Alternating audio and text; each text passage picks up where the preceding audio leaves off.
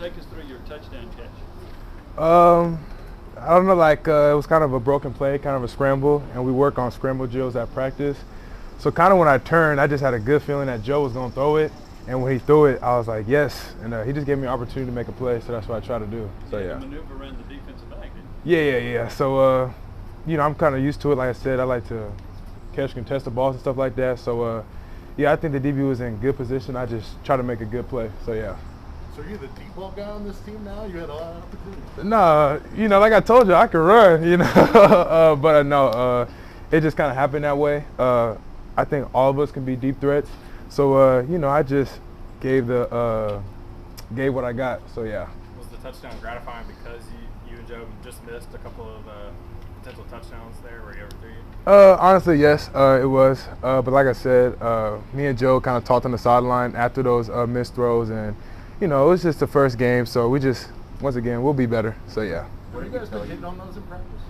Yeah, we've been hitting on those at practice. Like I said, it was the first game. We both kind of had probably some jitters. But yeah, Joe's a good quarterback, and we shouldn't have those problems anymore. Like I said, this whole week we're going to start working on connecting on those deep balls, just so in the game we can be better at it. So yeah. What'd you think of the up-tempo first time out, sir? I think it worked really well. After our game, I was kind of watching the other football games and like, man, they're going so slow. So now I'm pretty much used to it, and I think it's good for us. Those contested catches, is that something that's always been a part of your game, or is that something you kind of learned to embrace? Yeah, so it's pretty much always been part of my game, especially since I got my height, so since around high school. So, yeah, it's just something I think I'm pretty good at and try to continue to do. Did you have like a big growth spurt in high school at some point, or so I used to be short, but then around my sophomore year, I kind of got my height. I was like 5'9", and then I kind of went to like 6'2" in the year, so yeah. Coach Apple said the second half of that game the other night was the worst you guys have maybe looked at as a passing game since the start of camp. Was it maybe uncharacteristic for you guys to maybe struggle the way you kind of did? Yeah. Like I said, we kind of came out firing all cylinders, and in the second half, I guess you could say we kind of toned it down a little bit, or he wasn't as efficient. But, after watching film, we kind of saw our mistakes, and we've learned from them. So, yeah. Cedric, what's a halftime like under Coach Heupel and the staff? Because it looked like you guys bounced back pretty nicely to start the third. Yeah, so what a halftime looks like, we just kind of really talk to our position coach and our offensive coaches, and they kind of just tell us, once again, things we got to improve on and the different changes that we're going to make going into the next half. So, yeah. Did you detect Bowling Green getting tired at all based on the hurry-up pace that the offense had? Yes, definitely. When they would try to do little stuff like keep us on the ground longer, or sometimes they'll just flat out say it. But I think we caught them off guard. But it was a good team nevertheless. So yeah. What did they say?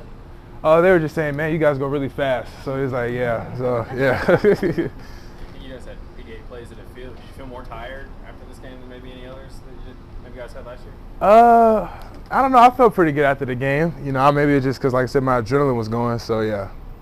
How'd you grade out in terms of blocking?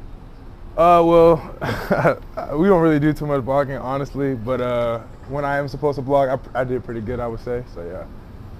What do you know about Pitt's defense? I know they're a very good team. They play with a lot of effort. They're real physical. They got a good D lineman and good secondary. So we're going to this game very seriously. It's going to be a big game for us. So yeah, we're not taking them lightly at all. They're a good team. Do they do a lot of press coverage? Yeah, they play a lot of press coverage, cover 4, like the shadow technique. So yeah, it's gonna be a fun ball game. Definitely gonna be some contested catches. So yeah, I'm looking forward to it. Has Coach Heupel or anybody talked to you about this being the Johnny Majors Classic and kind of what it means as far as that? Maybe he has. I probably wasn't listening, but yeah, I'm not sure. No, not offense or anything. Yeah. In terms of those, when you face a team that's going to play you're going to see a lot of press, a lot of man. Is that stuff? As someone who likes contested catches, do you like that? Do you prefer that almost?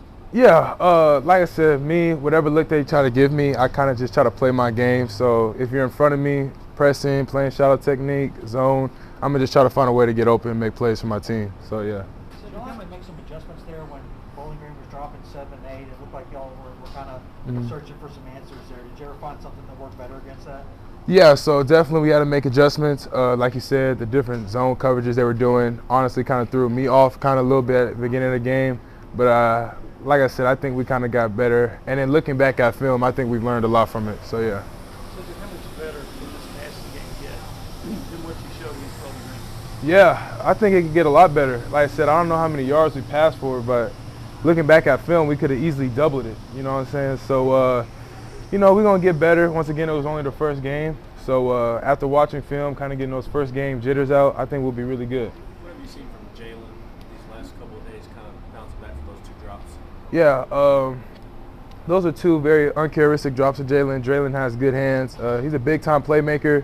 So anytime there's a big play, I trust him 10 out of 10 times. So he's a good player, and they were kind of just flukes. So yeah. You got to ask about the halftime adjustments.